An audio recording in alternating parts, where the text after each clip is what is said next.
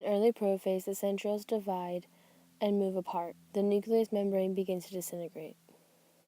In late prophase, the centrioles and the asters are at opposite poles. The nucleolus and the nuclear membrane have almost disappeared. In metaphase, the centromeres attach to the spindle fibers. The double chromosomes line up at the mid-cell.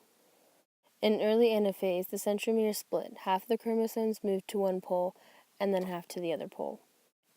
In late anaphase, the chromosomes have reached their respective poles. The cell membrane begins to pinch at the center.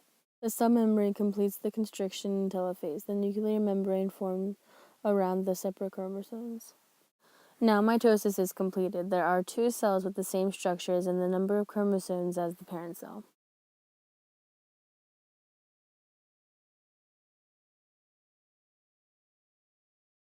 Unset strands of meiosis, DNA strands thicken into chromosomes.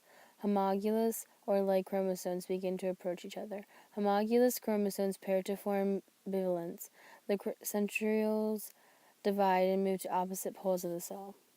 Bivalents duplicate to form tetrads, or four chromatid groups. The nuclear membrane disintegrates, crossing over, recombining occurs.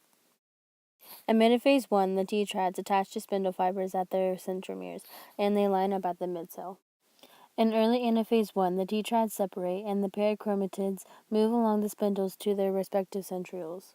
Anaphase 1, the chromatids have almost reached the spindle poles. The cell membrane begins to constrict.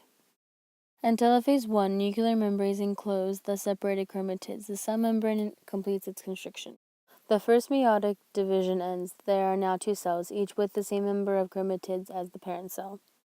Prophase 2 begins. In the second meiotic division, homologous chromatids do not duplicate but merely separate.